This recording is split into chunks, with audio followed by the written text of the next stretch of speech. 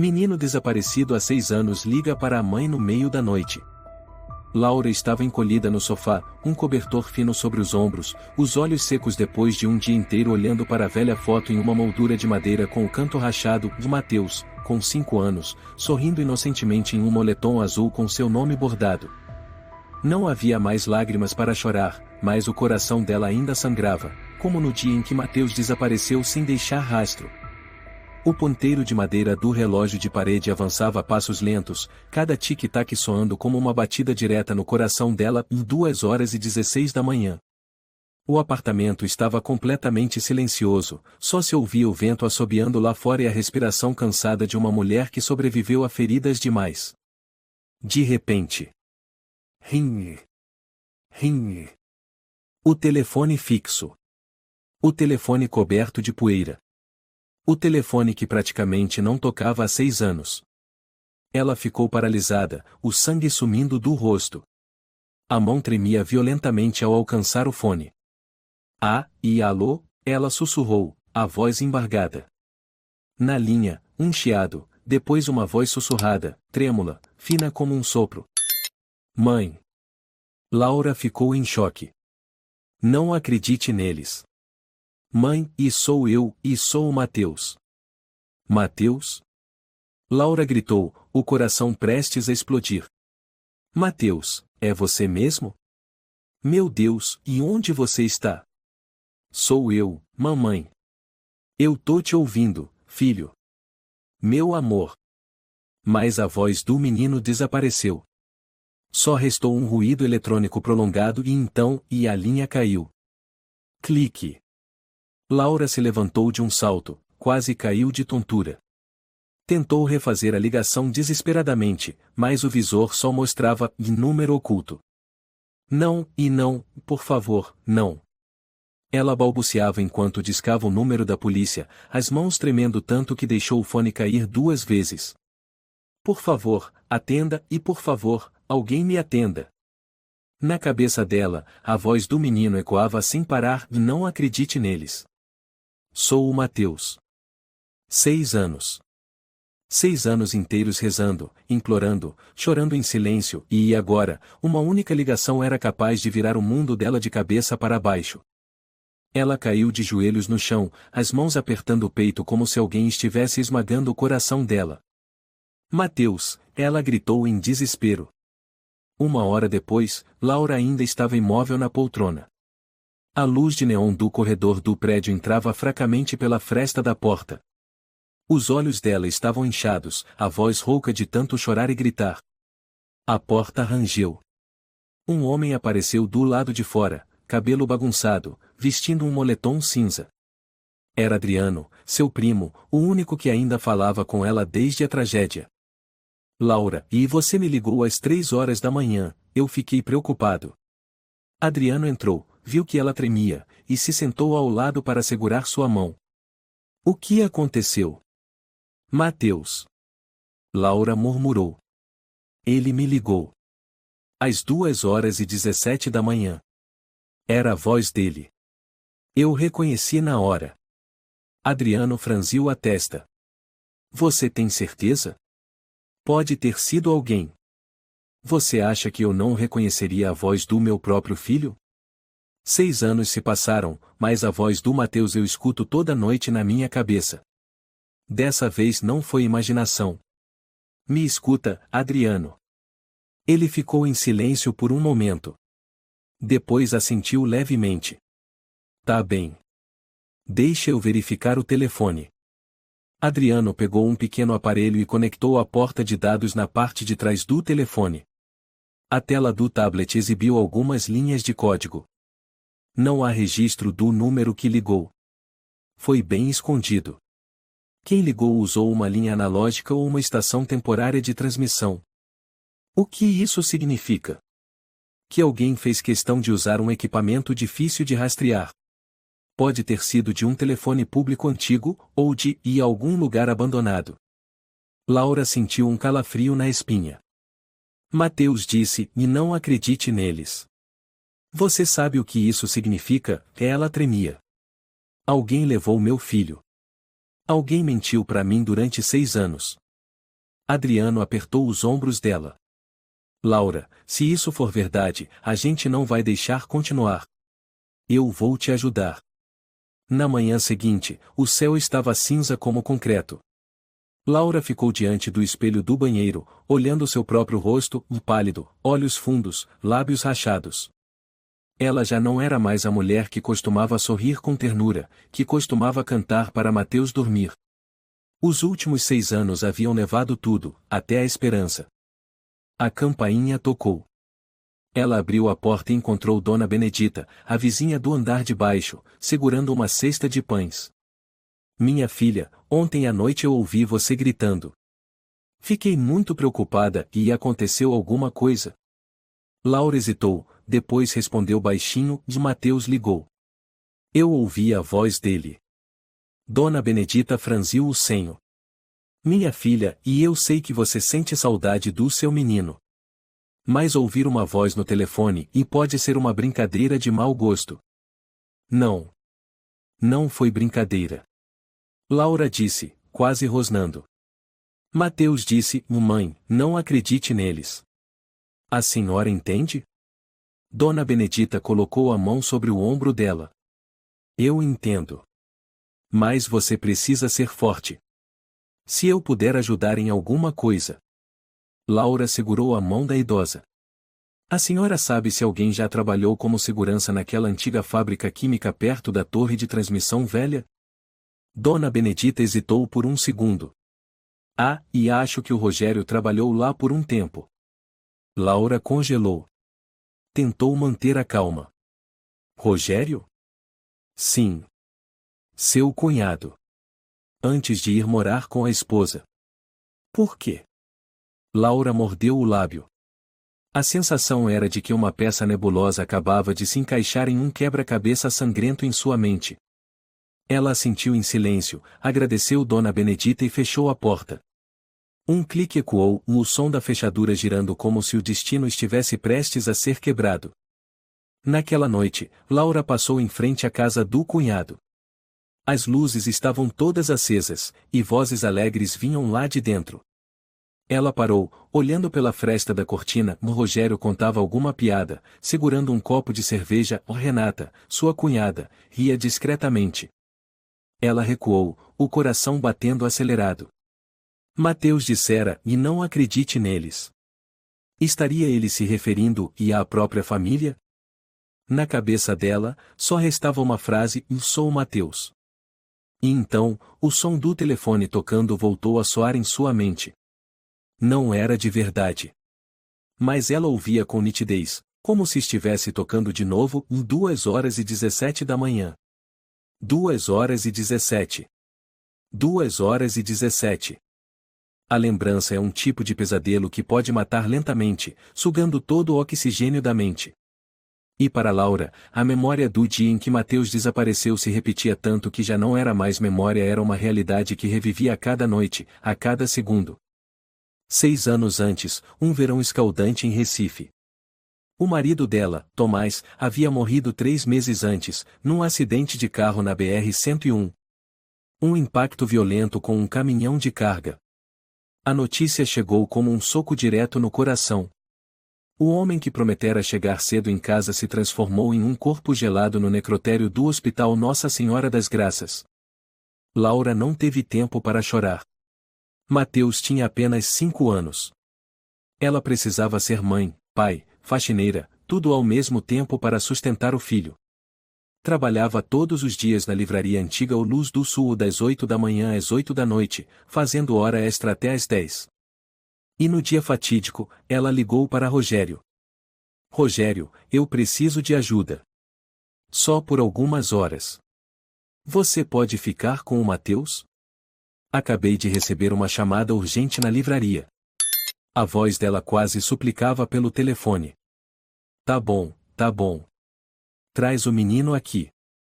A Renata tá em casa, respondeu Rogério, com a voz meio sonolenta. Na verdade, Laura hesitou. Mas ela não tinha mais ninguém. Os pais já tinham falecido, os amigos se afastaram depois do funeral. Evitavam sua presença, como se temessem que a tristeza fosse contagiosa. Mateus saiu todo animado, carregando seu ursinho de pelúcia, um travesseirinho e um saquinho de biscoitos. Mamãe, volta do trabalho cedo, tá? Disse ele, antes de beijar sua bochecha. Claro, meu amor. Mamãe vai voltar antes mesmo de você acabar com esse saquinho de biscoito. Aquela foi a última vez que Laura viu seu filho inteiro nos braços de outra pessoa. Quando Laura chegou ao apartamento de Rogério, quase meia-noite, ela já sentiu que algo estava errado. Nenhum som de TV, nenhuma risada, nenhum murmúrio infantil de sono. A porta estava destrancada. Rogério estava sentado na poltrona, cabeça baixa, olhos vermelhos como os de um bêbado. O Mateus, cadê? Ela perguntou, sentindo o coração apertar. O menino, e já dormiu. Ele respondeu, seco. Onde? Ela empurrou a porta do quarto. Vazio. Cama desfeita. Sem Mateus. Não brinca comigo, Rogério. Onde tá o Mateus? E não sei. Ele ainda estava ali quando eu estava assistindo o jornal, e aí eu cochilei. Ela gritou, você dormiu? Você dormiu enquanto cuidava do meu filho? O grito dela fez Renata sair correndo do banheiro, enrolada na toalha, o rosto pálido de susto. O que foi? O que tá acontecendo? Laura vasculhou o apartamento inteiro.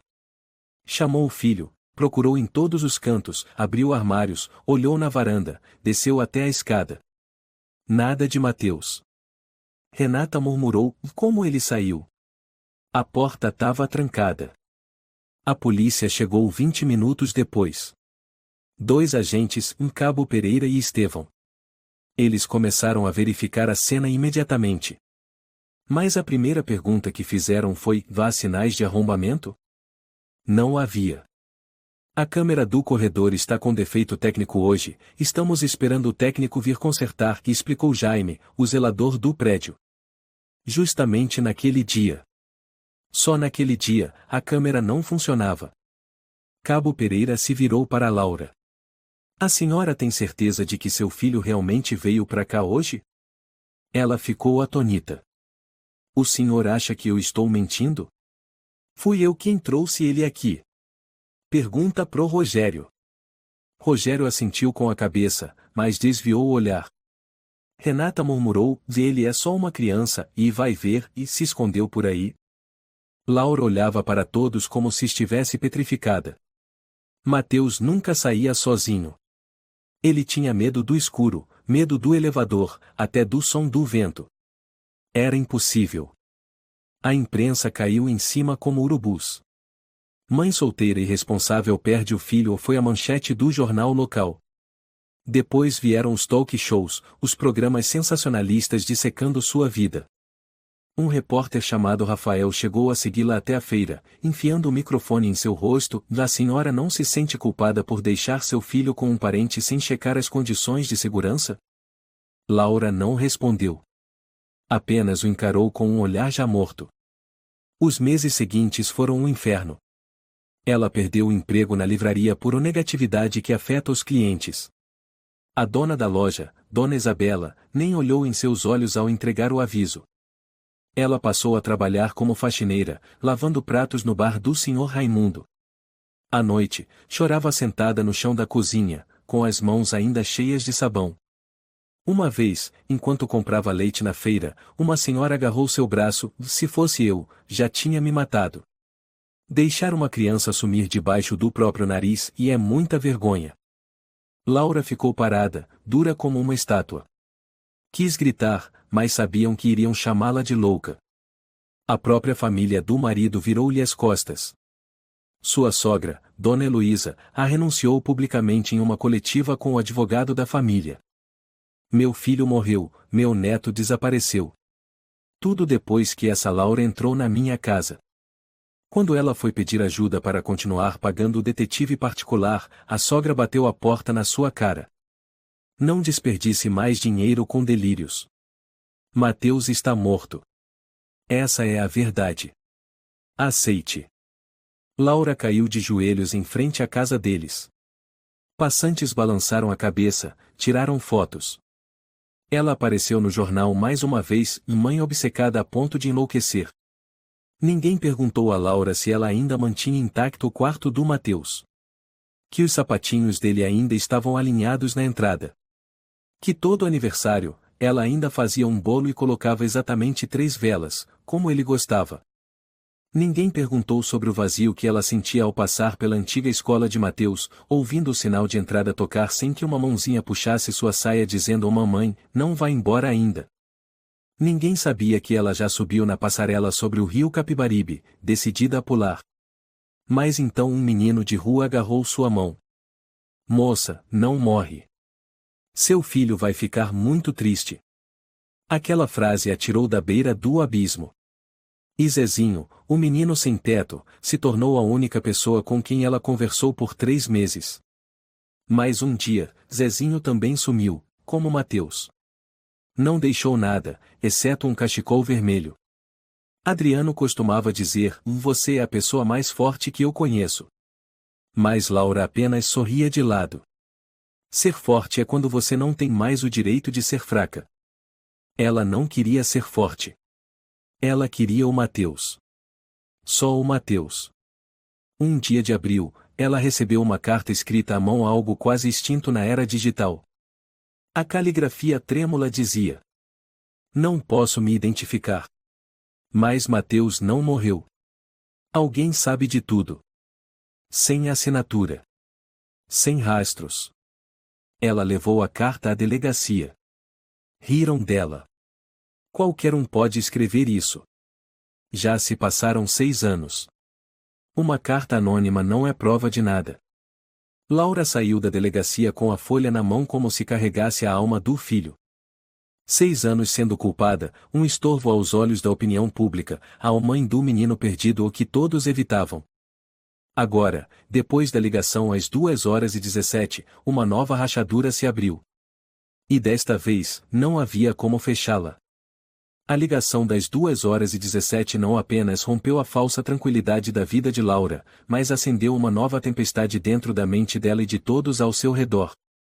Mas ao tentar validar essa verdade, o mundo só sabia olhá-la com pena ou desprezo. Na manhã seguinte, ela foi até a delegacia do bairro Boa Viagem, onde o desaparecimento de Mateus foi registrado 6 anos antes. Nas mãos, segurava firme um bloco de anotações onde havia transcrito palavra por palavra da ligação, como se ali estivesse o último sopro de vida do filho. Preciso falar com alguém. Sobre uma ligação que recebi e relacionada ao meu filho, Mateus Ribeiro, desaparecido em 2019. A voz dela tremia, mas era firme. O policial de plantão, um homem de meia idade de rosto avermelhado, ergueu a cabeça da xícara de café. A senhora é Laura Ribeiro? Sim. Ele suspirou e fez um gesto com a mão. Aguarde um momento. Vou chamar o tenente Barbosa. Laura esperou sentada numa sala branca sem quadros, ouvindo cada tic-tac do relógio como uma lâmina rasgando seus ouvidos. Quando Barbosa entrou, um homem magro, de óculos, rosto impassível, ela se levantou de imediato. Recebi uma ligação. Às 2h17 da manhã. Voz de uma criança. Era o Mateus. Era a voz do meu filho. Barbosa sentou, folheou o dossiê. A senhora gravou essa ligação? Não, e mais anotei tudo o que foi dito. Eu reconheci a voz dele. Como não reconheceria? Ele me chamou de mãe e disse: não acredite neles. Isso significa que alguém o mantém em cativeiro, não é? Ele suspirou. Dona Laura, o seu caso foi investigado a fundo. Sem provas, sem sinais de arrombamento, sem imagens das câmeras, a senhora já conhece a conclusão.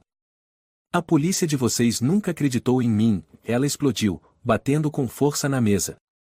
Se fosse a filha de algum político que desaparecesse, vocês iam investigar até na África. Mas só porque eu sou uma mãe solteira pobre, vocês me tratam como louca. Barbosa arqueou as sobrancelhas. A senhora foi encaminhada para acompanhamento psicológico em 2020, não foi? Por que eu entrei em depressão depois de ser abandonada por vocês? Porque ninguém me ouvia. Ele fechou a pasta e se levantou. Vou registrar essa ligação. Mas meu conselho é que a senhora tire um tempo para se recuperar. Não deixe que ilusões tomem conta da sua vida. É só isso? Laura olhou para ele como quem encara um criminoso. Se meu filho morrer porque vocês demoraram, eu nunca vou perdoar. Ela bateu a porta ao sair. Todos os olhares na delegacia se voltaram para ela. Como se fosse uma bruxa gritando no meio da feira. Naquela noite, o celular dela vibrou. Uma mensagem de um número desconhecido. Se quiser saber a verdade, não faça escândalo. Procure um técnico particular. Ela leu e releu dezenas de vezes. Sem nome, sem pistas. Mas parecia uma saída no meio do labirinto. Laura ficou horas em silêncio, até que finalmente discou: Adriano. Você consegue rastrear a origem de uma ligação? Ela perguntou diretamente. Quer dizer, em rastrear uma ligação do telefone fixo? Sim. Você disse uma vez que tinha um aparelho de rastreio de ondas de rádio. Me ajuda. Do outro lado, silêncio. Então Adriano suspirou. Tá bom. Mas me promete uma coisa e não deixe ninguém saber que eu te ajudei. Acabei de ser promovido a chefe de segurança cibernética da Telecom Nordeste. Não posso correr risco de vazamento. Você acha que eu tenho mais alguém em quem confiar? Laura respondeu. 3 dias depois, no apartamento de Adriano. O quarto pequeno estava tomado por equipamentos eletrônicos, luzes LED vermelhas e verdes piscando. Na tela, um mapa com sinal de satélite. A ligação foi às 2h17 da manhã. Canal analógico. O sinal foi embaralhado, mas dá para filtrar a origem. Adriano digitava rapidamente. Achei. Laura prendeu a respiração. Uma antena pequena, desativada desde 2016. Fica na periferia de Jaboatão dos Guararapes. Próxima de uma fábrica química abandonada. Uma fábrica velha. Fechada por vazamento de gás tóxico. O governo lacrou, mas ainda tem gente que entra lá. Será que o Mateus está sendo mantido lá? Não dá para dizer com certeza. Mas a torre quase só cobre aquela região. Ninguém fora de um raio de 1 quilômetro conseguiria usar esse canal. Então quem ligou para mim e estava lá? Laura olhou para Adriano, os olhos brilhando como se alguém tivesse estendido a mão e a puxado do abismo. Possivelmente. Mas se for isso, alguém está com um transmissor antigo. E sabe exatamente como evitar rastreamento pelos sistemas comuns. Laura se levantou, tomada por um fogo interno. Eu preciso ir até lá. Adriano segurou seu braço. Não. Lá é perigoso. Além disso, você está sendo observada. Por quem? Polícia. Imprensa. A família do Rogério. Se você desaparecer ou sofrer algum acidente, vão dizer que você se matou por causa de delírios. Laura ficou em silêncio. Então disse: se você tem medo, não precisa ir. Mas eu não posso esperar mais 6 anos. Se o Mateus ainda estiver vivo, eu preciso fazer alguma coisa. Agora. Adriano suspirou. Me dá 48 horas. Vou preparar câmera escondida, mapa, máscara contra gás e crachá falso.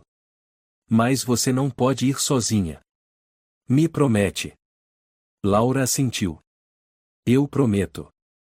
No dia seguinte ao meio-dia, ela foi visitar Renata, sua cunhada. Já não havia mais raiva, só a necessidade de respostas. Renata abriu a porta, surpresa: o que você está fazendo aqui? Só quero fazer uma pergunta. Renata cruzou os braços. Fala. Uma vez você disse, e se não tivessem chamado a polícia, o Mateus já teria voltado para casa. Você se lembra? Renata travou. Os olhos desviaram. E não lembro. Deve ter sido coisa da minha cabeça.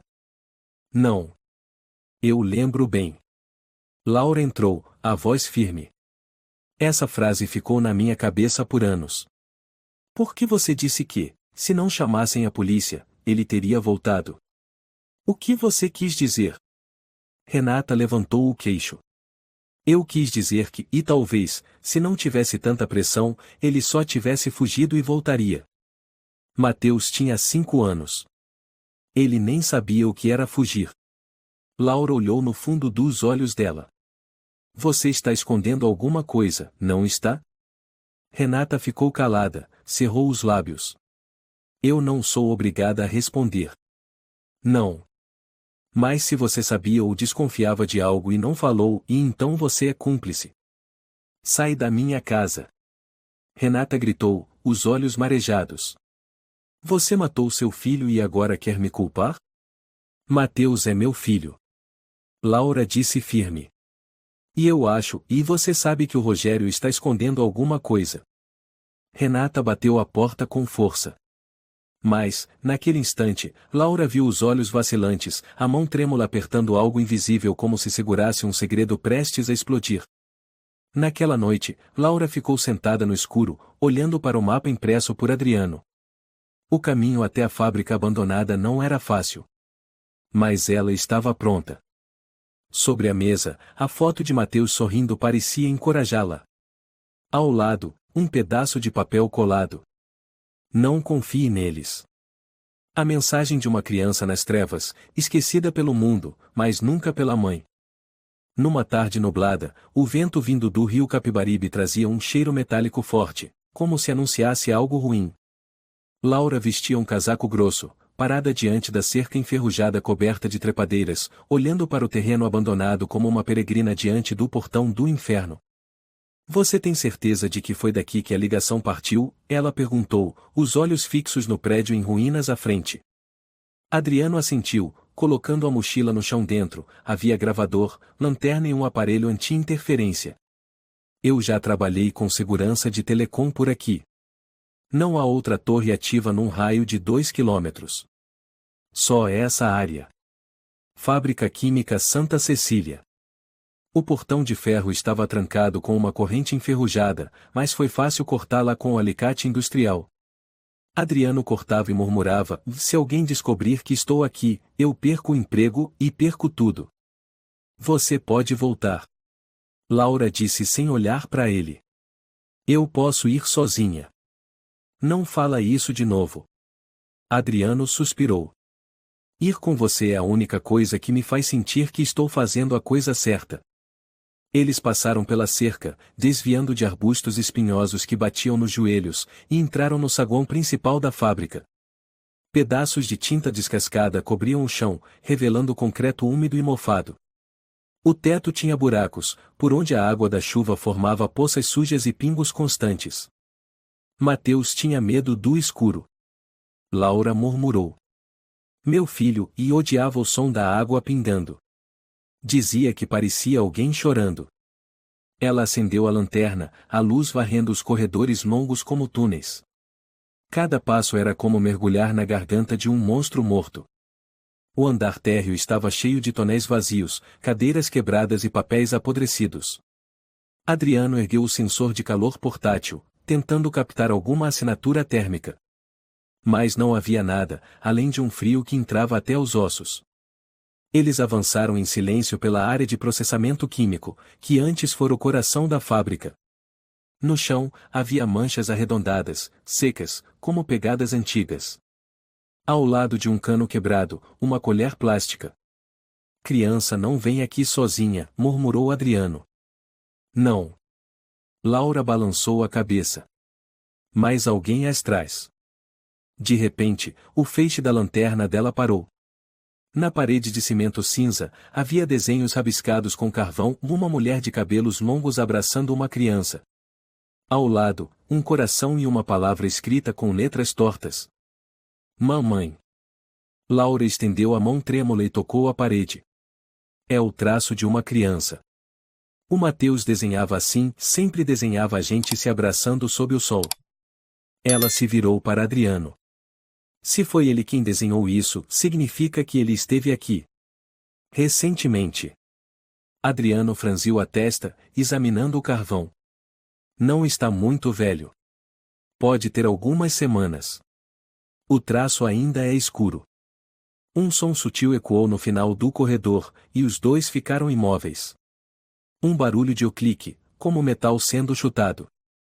Ambos apagaram as lanternas imediatamente, colando-se contra a parede. Passos se arrastavam. Lentos. Pesados. Adriano sussurrou: tem alguém ou alguma coisa. O barulho cessou. O silêncio voltou a dominar, como se nada tivesse acontecido. Depois de alguns minutos, seguiram adiante em direção ao norte da fábrica, onde antes era a sala de descanso dos operários. Uma porta de madeira podre estava entreaberta. Dentro, escuridão total. Laura entrou primeiro. A luz da lanterna iluminou algo caído no chão e um pedaço de moletom. Ela o pegou, os lábios comprimidos ao ver a inscrição bordada em linha azul de Mateus. Esse tecido é do moletom do meu filho, disse, com a voz embargada. Foi o que comprei no aniversário de 6 anos dele. Adriano se agachou e iluminou com a lanterna. Está rasgado e não faz muito tempo. Parece que foi puxado com força. Laura apertou o tecido contra o peito, os olhos fechados, como se estivesse abraçando o próprio filho perdido. De repente, a lanterna iluminou um canto da sala e lá havia um cobertor pequeno, um travesseiro infantil e embalagens de comida enlatada para crianças. Meu Deus, e Adriano recuou. Alguém está vivendo aqui. Laura sussurrou. Na parede, ao lado do desenho, letras infantis, trêmulas e desalinhadas. Mateus. Mamãe. Frio. Sinto sua falta. Laura se ajoelhou, colocando a mão sobre a inscrição, os dedos tremendo. Mateus esteve aqui e ele esteve aqui e talvez ainda esteja. Ela levantou o olhar para Adriano. Seus olhos brilhavam, não de esperança, mas do medo de que aquela verdade lhe fosse arrancada novamente. Um apito soou ao longe. Ambos se congelaram. Em seguida, um grito. Parem! Quem está aí? Laura e Adriano se levantaram apressadamente. Do fim do corredor, 2 seguranças avançavam com lanternas. Um deles era corpulento, de barba espessa, com crachá no peito, de César. O outro, mais jovem, com cabelo raspado, de Tiago. O que estão fazendo aqui? César rosnou, empunhando um cacetete. Nós somos jornalistas. Adriano mentiu. Estamos investigando o local antigo, só tirando umas fotos. Sem autorização. Área interditada. Querem morrer intoxicados com gás? Tiago olhou fixamente para Laura, os olhos se estreitando. Você é a mãe do menino desaparecido, não é? Aquela dos jornais? Laura assentiu, a voz trêmula. Meu filho. Mateus, e foi mantido aqui. Temos provas. César bufou. Provas? Um desenho de criança? Um pano rasgado? Tiago encarou Adriano. Qual é seu nome? Adriano Ribeiro. Engenheiro de telecomunicações. Então você sabe que aqui é zona morta para sinal eletrônico, né? Caiam fora antes que chamemos a polícia. Não vamos sair sem fotografar o local. Laura disse, o rosto endurecido. César se aproximou dela, com voz grave, quer ser presa por invasão? Adriano a puxou pelo braço. Vamos embora, Laura. Laura lançou um último olhar para o desenho. Pegou o pedaço de moletom e o enfiou no bolso do casaco, depois recuou com Adriano. As lanternas os seguiram até a saída da fábrica. Quando passaram pelo portão de ferro, César gritou atrás. Se voltarem aqui de novo, vou chamar a polícia. Da próxima vez não vai ter aviso. No carro, a caminho de casa, Laura permaneceu em silêncio. Segurava com força o pedaço de tecido. Adriano também não disse nada. Sabia que qualquer palavra, naquele momento, seria inútil. Laura fechou os olhos. Na mente, ecoava a frase, e não confie neles. Ela murmurou, não foi um estranho. Foi alguém conhecido. Alguém que conseguiu impedir ele de gritar, de fugir. Adriano a olhou. Eu sei no que você está pensando. Mas precisamos de provas. Provas claras. Laura virou o rosto para ele. Eu vou encontrar. Mesmo que todos virem as costas, eu vou encontrar. 3 dias após saírem da fábrica química, Laura ainda não conseguia dormir mais de 1 hora seguida. Bastava fechar os olhos e as imagens voltavam, dos desenhos rabiscados na parede, o pedaço do moletom com o nome Mateus bordado, e o olhar sarcástico de César gritando, um pano rasgado também é prova? Ela não conseguia ficar parada. Todos os vestígios apontavam para o mesmo lugar, mas o instinto de mãe lhe dizia, alguém estava tentando apagar todos os rastros que Mateus havia deixado. Alguém que tinha motivos para fazer isso. Alguém que já havia cuidado de Mateus e mentido. Alguém sobre quem Mateus alertou, não confie neles. Rogério. Naquele dia, Laura foi até a casa de Rogério sem avisar, sem motivo aparente. Esperou o momento em que soube que Renata estava na missa e a filha deles na escola. O apartamento estava silencioso, a janela aberta, luz suave filtrando-se pelas cortinas brancas. Ela bateu à porta. Rogério abriu uma fresta, franzindo o senho. Laura. O que você está fazendo aqui? Queria pegar o livro que a Renata mencionou na semana passada. Aquele do Jorge Amado. Rogério hesitou por alguns segundos, depois abriu a porta. E deve estar no escritório. O apartamento era arrumado demais. Quadros da família pendurados com precisão, velas aromáticas sobre a mesa, almofadas no sofá sem um único vinco. Mas Laura não olhou nada além da porta no fim do corredor, o escritório de Rogério. Eu mesma procuro. Deve estar na estante, disse ela, entrando sem esperar autorização. O cômodo cheirava a papel velho e perfume barato. Havia uma mesa de trabalho, uma impressora, um computador antigo e várias gavetas de madeira. Laura não procurava um livro. Procurava outra coisa. Rogério ficou parado na porta, braços cruzados. Você está procurando um livro ou vasculhando minhas coisas? É o livro, disse ela, mas continuava mexendo nas pastas. A última gaveta não estava trancada. Ela abriu. Um monte de papéis desorganizados, contratos de seguro, manutenção de equipamentos, antigos vínculos empregatícios. Um fichário amarelo pálido chamou sua atenção. A inscrição na capa dizia, turnos na fábrica Santa Cecília. 2017-2020. Sua mão congelou. Silenciosamente, ela puxou os papéis e leu. Rogério Almeida, turno noturno. Data de contrato, 11 de julho de 2017. Horário de trabalho, 19 horas às 6 horas. Local, Fábrica Química Santa Cecília. Status, ativo até 2020. Laura virou-se lentamente. Você trabalhou como segurança da fábrica química? Rogério deu um passo para trás, o rosto empalideceu. Faz tempo. Era só um bico. Não contei porque não tinha importância. Não contou porque tinha algo a esconder, ela respondeu, as mãos trêmulas apertando um maço de papéis. Você cuidou do Mateus. Ele desapareceu. E você trabalhou exatamente como segurança no lugar onde eu encontrei vestígios do meu filho.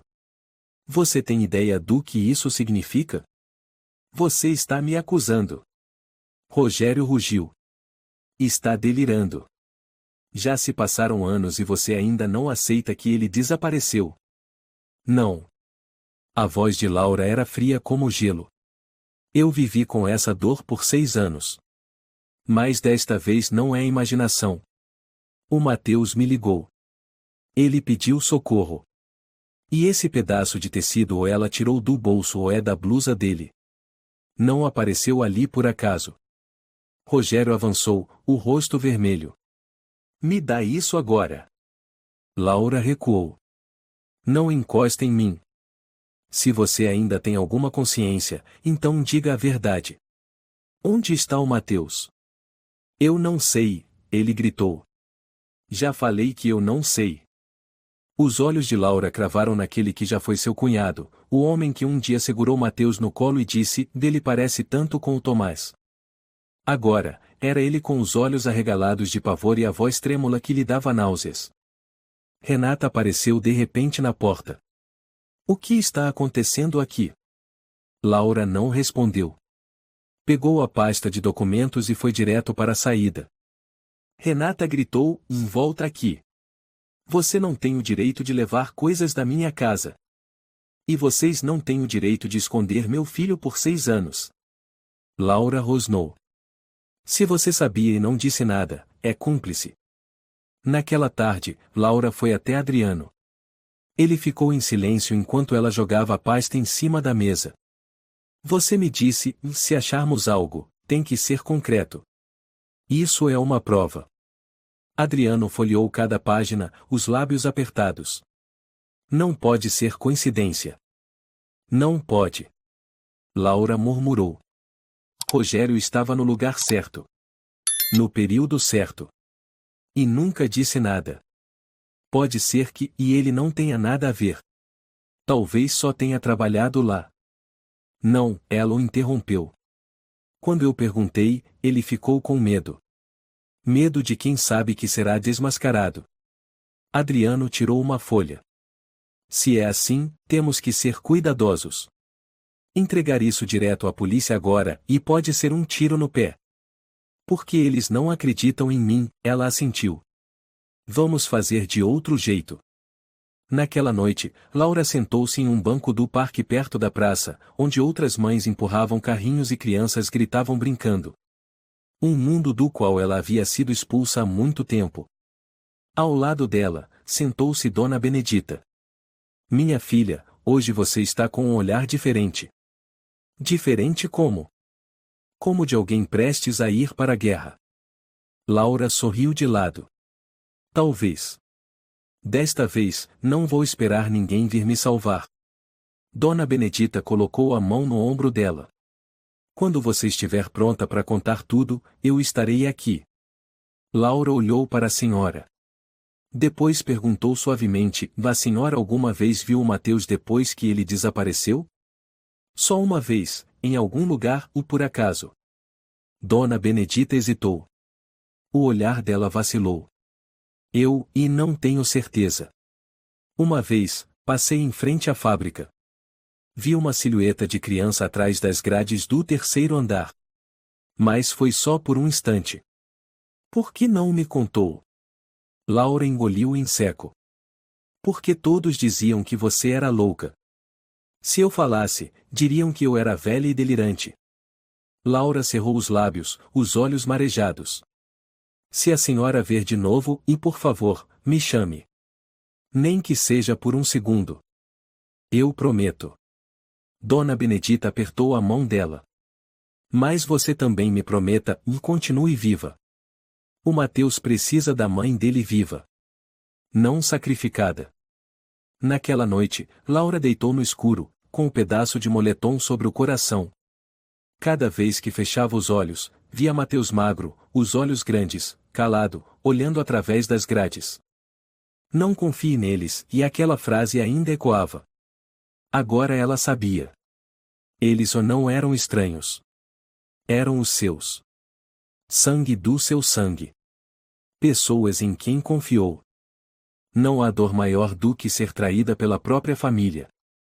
Na segunda-feira de manhã, Laura entregou a pasta com os turnos de trabalho de Rogério na fábrica Santa Cecília junto com o pedaço de moletom com o nome de Mateus para a polícia. Entrou na sala de atendimento como uma soldada sem mais nada a perder. À mesa, o tenente Barbosa o mesmo que ignorou a ligação das 2h17 da manhã como se fosse delírio. Lembra de mim? Laura colocou a bolsa de documentos sobre a mesa, a voz firme. Agora eu tenho provas. Barbosa levantou os olhos, indiferente, como se já estivesse acostumado com os surtos dela. Lembro muito bem. A senhora é aquela que insiste que o filho ainda está vivo depois de 6 anos. E eu estava certa, ela abriu a bolsa, tirando folha por folha. Rogério Almeida, meu cunhado, trabalhou como segurança na fábrica Santa Cecília por 3 anos no mesmo lugar onde encontrei objetos pessoais do Mateus. Barbosa folheou os documentos, depois voltou a encará-la com um olhar entre pena e irritação. Vou encaminhar isso para a equipe de investigação. Mas volto a lembrar, investigar por conta própria e invadir áreas restritas são crimes. Laura soltou um riso seco. E manter uma criança em cativeiro por 6 anos não é? Barbosa não respondeu. Apenas anotou algumas linhas no relatório e fechou a pasta. A senhora pode ir. Se precisarmos de mais informações, entraremos em contato. Não acha estranho? Ela insistiu. Por que alguém como Rogério esconderia que trabalhou lá? A senhora está acusando um familiar com base em deduções. Sabe quais são as consequências legais de calúnia? Laura se levantou, os punhos cerrados. Se o Mateus não for encontrado por culpa da omissão de vocês, não esperem que eu fique calada. Naquela mesma tarde, ela recebeu uma intimação do tribunal, seria convocada com urgência por difamação de familiar, violação de privacidade e disseminação de informações não comprovadas. Ela deu uma risada seca ao ler o papel. Enquanto seu filho estava preso, ela a única que ainda o procurava agora era quem estava sendo investigada. Adriano foi até a casa de Laura naquela noite, pálido. Você foi mesmo intimada? Ele perguntou ao cruzar a porta. Fui, ela respondeu. E se você estiver com medo de se envolver, eu entendo. Ele balançou a cabeça. Não é isso. Eu acabei de ser suspenso temporariamente da Telecom Nordeste. Laura o encarou, o coração apertando. Por minha causa. Por ter acessado dados da torre antiga sem permissão. Alguém denunciou. Eu não podia ter rastreado aquele sinal. Foi o Rogério? Ou alguém dele? Pode ter sido a Renata. Pode ter sido alguém de dentro. Adriano bateu com o punho na própria testa. Isso tá saindo do controle, Laura. O Mateus precisa da gente, ela disse. Mesmo que o sistema inteiro se vire contra nós. No dia seguinte, a imprensa explodiu. A imagem de Laura estampava novamente a capa do Jornal Popular de Recife, com uma manchete enorme. Mãe delirante espalha teoria de sequestro envolvendo a própria família. Ela leu o artigo como quem leva facadas. Havia até entrevistas. Renata disse. Eu acho que minha cunhada ainda não superou o trauma. Mas arrastar toda a família nessa loucura e é imperdoável. E Rogério afirmou.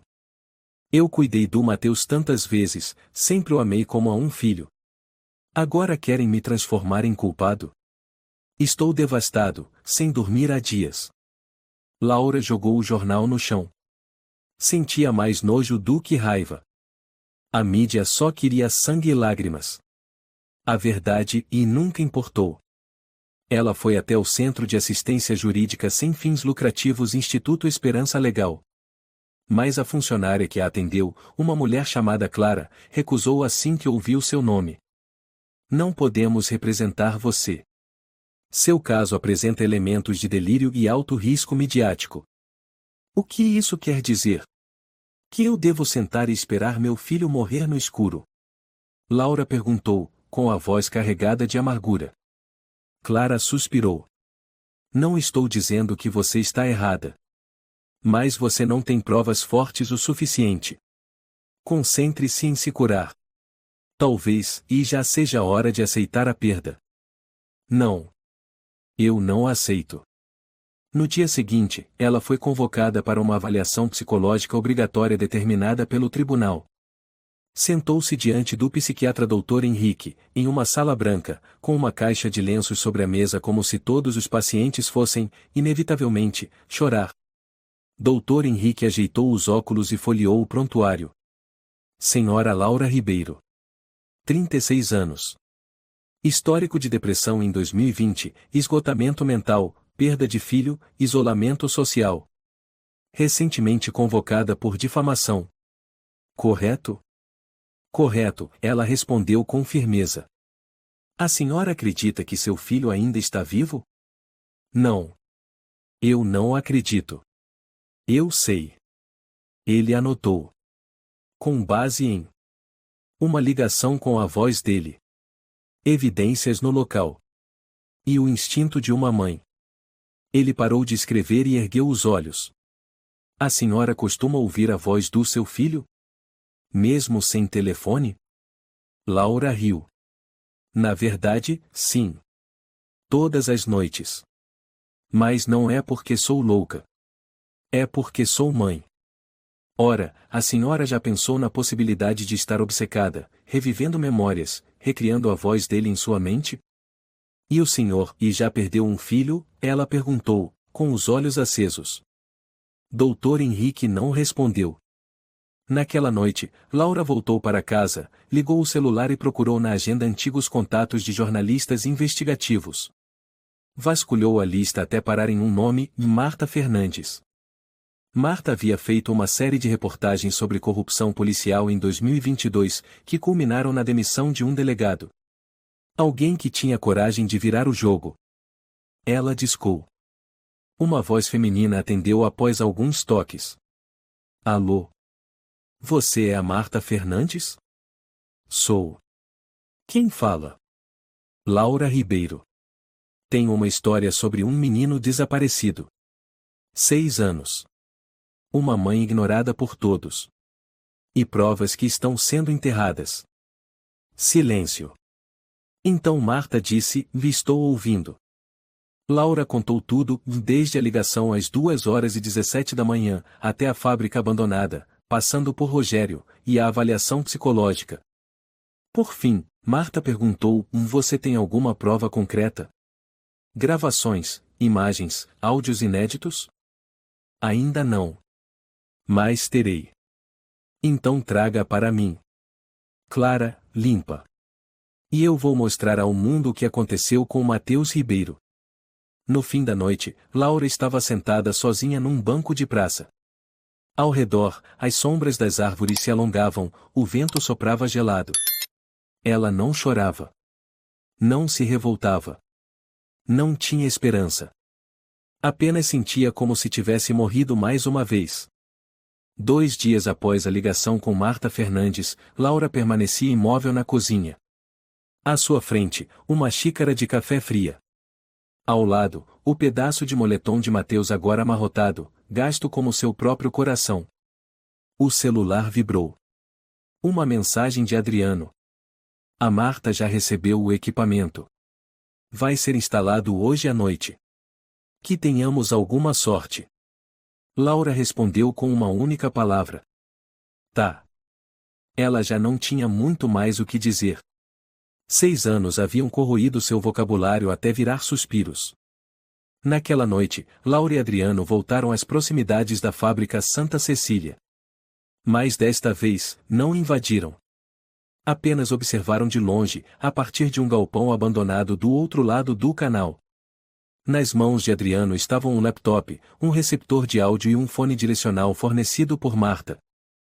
O pessoal da Marta instalou um microfone camuflado no botão da parede onde você encontrou o pedaço de moletom, disse Adriano, os dedos tremendo levemente sobre o teclado. As gravações vão direto para o computador dela por transmissão criptografada. E eu tô aqui pra quê? Laura perguntou, rouca. Caso tenha algum som específico, e você reconheceria antes de mim, ele respondeu. Eles ficaram em silêncio. 1 minuto. 5. 10. Então. O sinal oscilou, o gráfico de ondas saltou. Adriano ajustou o volume. Um barulho metálico quebrou o silêncio da noite. Clac.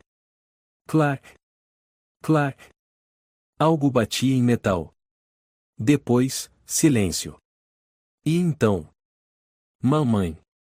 Laura apertou as mãos com tanta força que ficaram brancas. Mamãe, tô com medo. Um soluço. Uma respiração ofegante. E depois, silêncio total. Adriano ficou sem fôlego. É uma criança. Claramente uma criança. Não é gravação antiga. Não é som reaproveitado. Laura não conseguia responder. Sentada, as mãos tapando a boca, os ombros tremendo.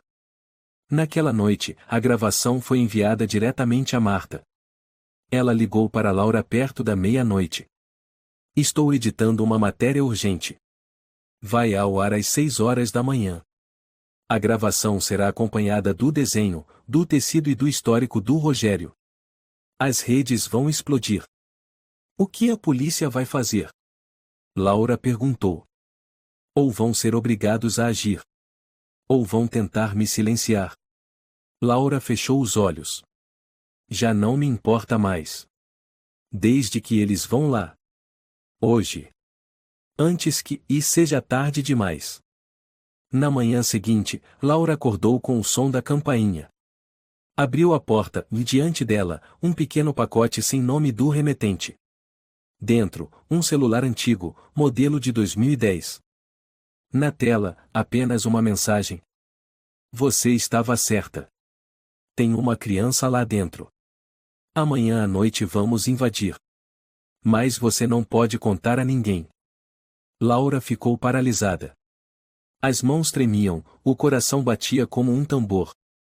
Quem havia enviado aquilo? Polícia especial? Alguém de dentro? Ou alguém que ainda tinha consciência?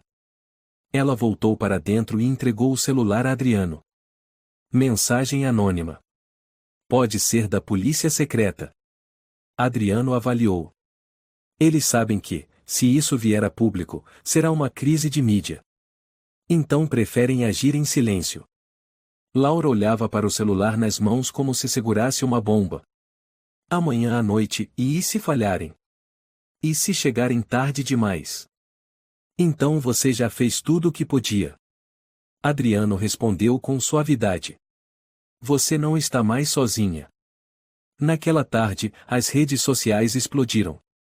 A hashtag Mateus Ribeiro se espalhou com velocidade assustadora. A imprensa começou a questionar: será que o menino desaparecido há 6 anos está vivo, bem aqui no coração da cidade? O clipe de áudio retirado da gravação foi reproduzido milhões de vezes. Laura não disse nada. Não postou nada. Não deu entrevistas. Ela sentou-se diante da moldura com a foto de Mateus e sussurrou: mamãe não contou pra ninguém, e como você pediu. Mamãe ficou em silêncio, e mais estou aqui. 19 horas, o céu começou a escurecer. Laura recebeu uma ligação de um número desconhecido. Leve seus documentos. Não fale com ninguém. Esteja na esquina da rua São Joaquim com a Avenida da Liberdade às 1h30 da manhã. Alguém irá levá-la para um local seguro. Ela perguntou: tem certeza, e de que vão conseguir salvar meu filho? Do outro lado, silêncio. Depois, uma voz baixa. Não sairemos de lá sem encontrar a criança. A ligação caiu. Noite. 1h27 da manhã. Laura estava na esquina combinada, o vento da madrugada bagunçando seu cabelo. Uma van preta parou, a porta se abriu. O motorista usava boné e fones de ouvido. Não disse uma palavra, apenas fez um sinal para ela entrar. Ela subiu. Dentro, havia mais 2 pessoas, vestidas de preto, usando máscaras. Ninguém falou. Nem precisava. O carro seguiu direto para o distrito industrial de Jaboatão dos Guararapes. Ao chegar, Laura foi levada até um container improvisado, a cerca de 300 metros da fábrica Santa Cecília.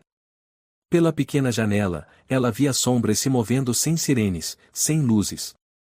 Silenciosos como fantasmas. Dentro do container, Laura se cobriu com um cobertor fino. A luz fraca vinha de uma lâmpada pendurada por um fio no teto. O relógio marcava 1h52 da manhã. Lá fora, a equipe tática se preparava. Eles se moviam em silêncio, todos vestidos de preto, usando máscaras contra gases, coletes à prova de balas, comunicação interna. Sem sirenes. Sem holofotes. Tudo imerso na escuridão gélida da zona industrial Santa Cecília. Adriano estava ao lado dela, o rosto tenso como um fio esticado. Observava pela fresta da janela. Sem imprensa. Sem câmeras. Eles estão operando como se não quisessem que ninguém saiba disso. Porque tem alguém no alto escalão que não quer que a verdade apareça. Laura respondeu, ainda com os olhos no relógio. E eles sabem, e se falharem esta noite, a gente não terá mais nada. 1h57. Uma voz grave ecoou no fone do capitão da missão, um homem chamado Capitão Torres. Posição segura. Vento leste leve. Alvo fixo. Preparar entrada. 1h59. Laura apertou as mãos. O coração batia com força, como se fosse estourar no peito. 2 horas. Capitão Torres deu a ordem, com voz baixa e cortante. Equipe 1 entra pela frente. Equipe 2 contorna pelo lado oeste. Equipe 3 por trás. Proibido atirar, a menos que a vida do refém esteja em risco. Entendido? Vozes responderam em uníssono.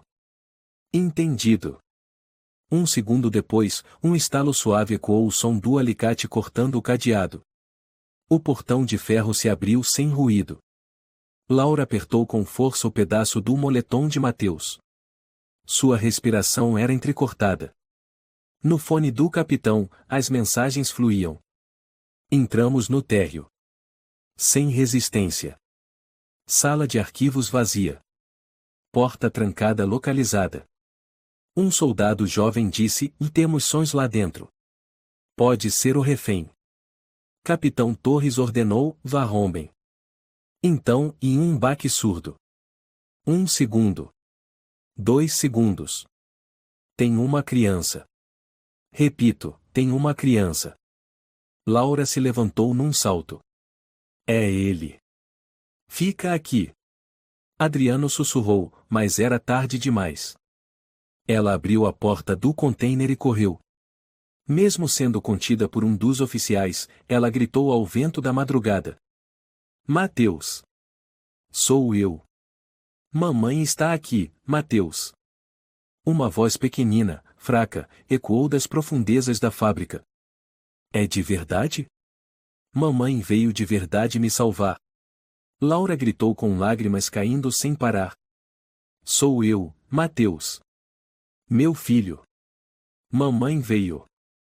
Um jovem oficial saiu da fábrica carregando uma criança envolta em um cobertor térmico prateado. O cabelo do menino ia além dos ombros, a pele pálida, os ossos do ombro aparentes de tão magro.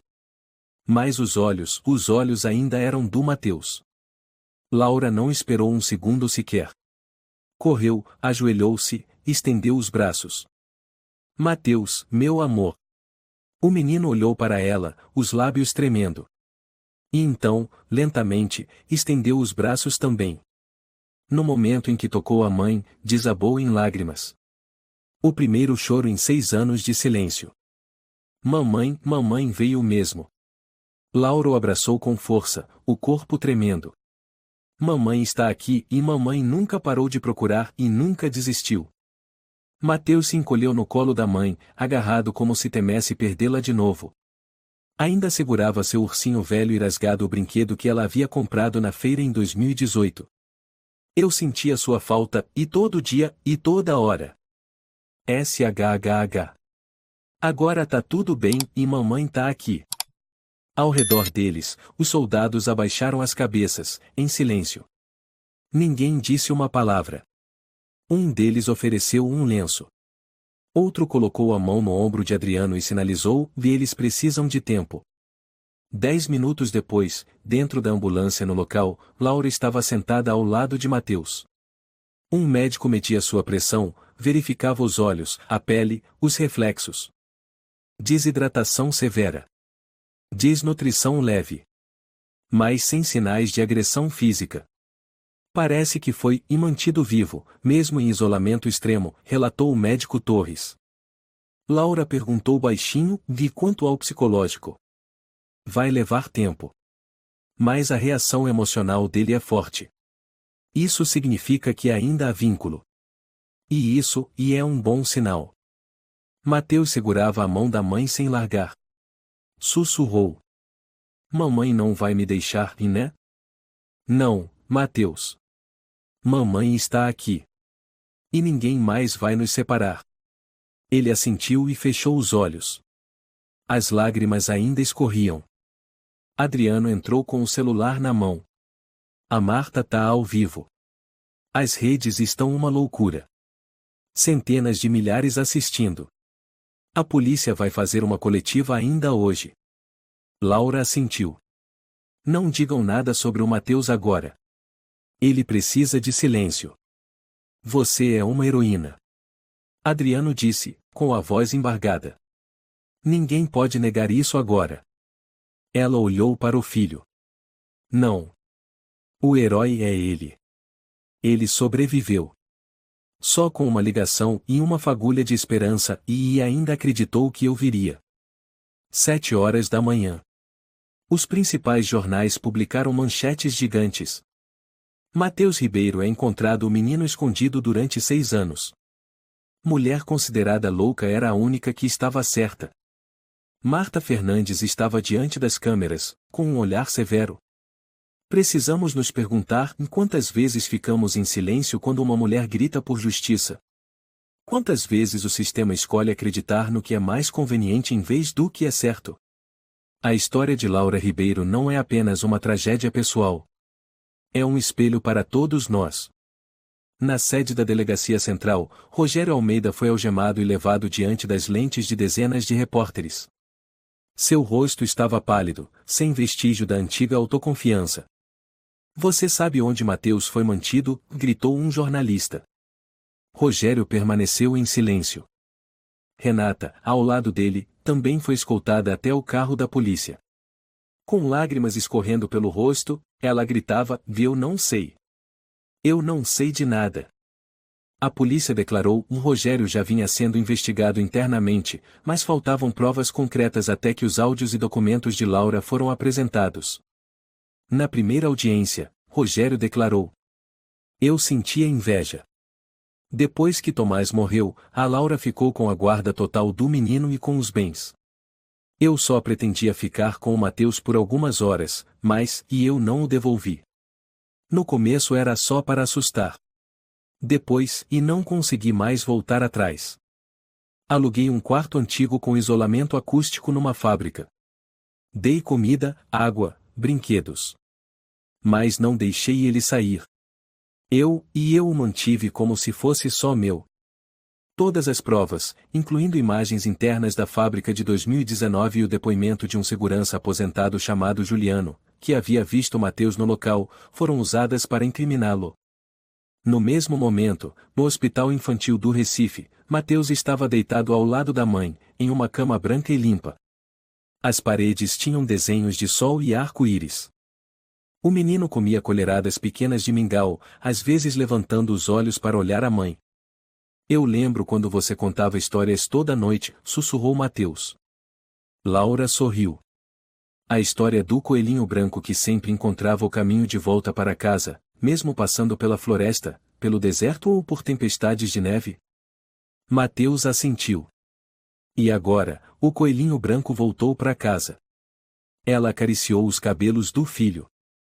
O menino ficou em silêncio por um tempo, depois perguntou: mãe vai me levar de volta para a escola? Claro que vai. Assim que você estiver forte o suficiente. Vai ter escola nova, amigos novos, e... Mateus interrompeu, e ninguém vai saber que eu sou o menino desaparecido, né? Laura olhou para ele, e sorriu levemente, e ninguém. Para todos, você é o Mateus, um menino corajoso e muito especial. O garoto suspirou aliviado, depois encostou a cabeça no ombro da mãe. Na luz suave da manhã que atravessava a cortina, Laura beijou a testa do filho. Uma jornada terminava. Outra, de cura, começava. Na sala de interrogatório do Ministério Público de Recife, Rogério estava sentado de cabeça baixa, a luz fria fluorescente iluminando seu rosto lívido. À sua frente estavam o Tenente Barbosa e a promotora Mariana Cardoso, recentemente designada para acompanhar o caso especial. Eu já escutei a gravação, li o depoimento do menino e a sua confissão preliminar, disse Mariana, com voz firme. Agora quero ouvir tudo de novo. Claramente. Sem rodeios. Rogério ficou quieto por alguns segundos. Depois suspirou. Eu não planejei desde o início e não era para ser sequestro. Quando a Laura me deixou com o Mateus, pensei, e era só manter ele por algumas horas para dar um susto. Dar um susto? Barbosa franziu a testa. Por quê? Porque a Laura ficou com tudo. Tomás, meu irmão, morreu e deixou o seguro, o apartamento, o Mateus. E eu não tinha nada além de um turno noturno como segurança e uma esposa que me desprezava. Eu estava com inveja. Pensei que, se o Mateus desaparecesse, a Laura iria desmoronar, deixaria de ser a mãe guerreira admirada por todos. Ele soltou uma risada amarga. Mas aí, e fiquei com ele uma noite. Depois 2. Aí eu fiquei com medo. Não tive coragem de devolvê-lo. Mariana bateu a caneta na mesa. E em vez disso, o senhor trancou uma criança numa fábrica abandonada por 6 anos? No começo, foi num apartamento alugado. Mas a Laura avisou a polícia. Tive que mudar. A fábrica Santa Cecília tinha salas com isolamento acústico. Eu já tinha feito plantão lá, conhecia o lugar. Você agrediu o menino? Rogério balançou a cabeça. Não. Eu dava comida. Deixava ele assistir desenho animado num computador velho. Mas, e não deixava sair. Não deixava falar com ninguém. Sempre que ele perguntava cadê a mamãe, eu dizia ela te esqueceu o ponto. Barbosa o encarou com os olhos cheios de raiva. Você fez uma criança acreditar que a mãe o havia abandonado? Porque se ele tivesse esperança, ele tentaria fugir. Mariana falou, com voz firme como aço, e isso não é apenas sequestro. Isso é cárcere privado e abuso psicológico infantil. E você vai pagar por isso. Barbosa levantou-se e bateu com a mão na mesa. Eu juro, Rogério Almeida, você nunca mais vai ver a luz do sol em liberdade. O tribunal declarou. Rogério Almeida foi condenado a 26 anos de prisão pelos crimes de sequestro de menor, cárcere privado, falsificação de provas e obstrução de investigação. Renata Almeida recebeu pena de liberdade condicional e foi proibida de se aproximar de Mateus permanentemente por cumplicidade em ocultação de informações. Durante o julgamento, Mateus contou com o apoio da psicóloga infantil Camila Moreira. Quando lhe perguntaram, você quer dizer algo ao homem que te manteve preso por 6 anos? Mateus olhou direto para Rogério, com os olhos brilhando e a voz tranquila. Eu já pensei que o senhor fosse minha família. Mas minha mãe é a minha verdadeira família. Eu perdoo. Mas não esqueço. Rogério virou o rosto, incapaz de encarar o menino. Nos dias seguintes, Laura e Mateus foram inseridos em um programa especial de apoio a famílias reunificadas após traumas. Eles passaram a morar provisoriamente em um pequeno apartamento na Praça da República, perto do rio. Mateus teve que reaprender a viver no mundo, desde o som dos carros, as luzes da cidade, até ir ao supermercado. Cada dia era um desafio. Laura sempre caminhava ao lado do filho, segurando firme sua mão. Tenho medo de multidões, Mateus sussurrou ao entrarem numa livraria. Tudo bem. A mamãe também já teve medo, ela respondeu sorrindo. Mas a gente se acostuma. Um passo de cada vez. Ele assentiu, depois olhou para as estantes de livros. Quero ler a história do Coelhinho Branco. De novo essa? Laura sorriu. Sim. Porque o coelhinho nunca desiste. Numa tarde, passeavam juntos no parque. Adriano foi visitá-los, levando um presente, um par de tênis novo para Mateus. Você tem que estar pronto para voltar à escola, né? Ele disse, sorrindo. Mateus o abraçou. Obrigado, tio Adriano. O senhor foi o primeiro a acreditar na mamãe. Laura olhou para o primo com os olhos cheios de emoção. Se não fosse por você, eu teria continuado sendo uma mãe louca aos olhos do mundo. Adriano sorriu, imagina. Você é a mãe mais forte que eu já conheci. A cidade inteira teve que se olhar no espelho por sua causa. 6 semanas depois, numa coletiva de imprensa organizada pela Prefeitura de Recife, o próprio prefeito subiu ao palco e declarou: Pedimos desculpas à senhora Laura Ribeiro e ao menino Mateus por não termos escutado, por não termos agido com rapidez. Nos comprometemos a reformar o protocolo de investigação de desaparecimento infantil, criar uma equipe de resposta imediata e oferecer apoio psicológico às famílias afetadas. Laura estava ao lado do palco, segurando a mão do filho. Mateus vestia uma camisa branca, cabelo cortado certinho, olhar iluminado. Quando o prefeito fez sinal para que mãe e filho subissem ao palco, o auditório inteiro irrompeu em aplausos. Ninguém mais olhava para ela com desconfiança.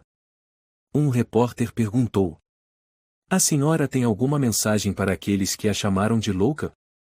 Laura segurou o microfone, olhou em direção à plateia e falou com voz grave e clara: "Nunca julguei uma mãe pela aparência, pela situação em que ela vive, ou por preconceito. Uma mãe é capaz de tudo, pode superar tudo para salvar seu filho." Os aplausos duraram vários minutos. Na primeira manhã em que Mateus foi à nova escola, a Escola Internacional Santa Maria, o sol brilhava suavemente, o céu azul parecia anunciar um novo capítulo. O menino, com a mochila nova nas costas, saiu pela porta junto com a mãe. Laura se abaixou para abotoar a camisa do filho. "Hoje você tem aula de inglês, né?" "Sim. E também de desenho." Ela sorriu. "Então desenhe uma família, tá bom? E não esquece de desenhar a mamãe bem grande."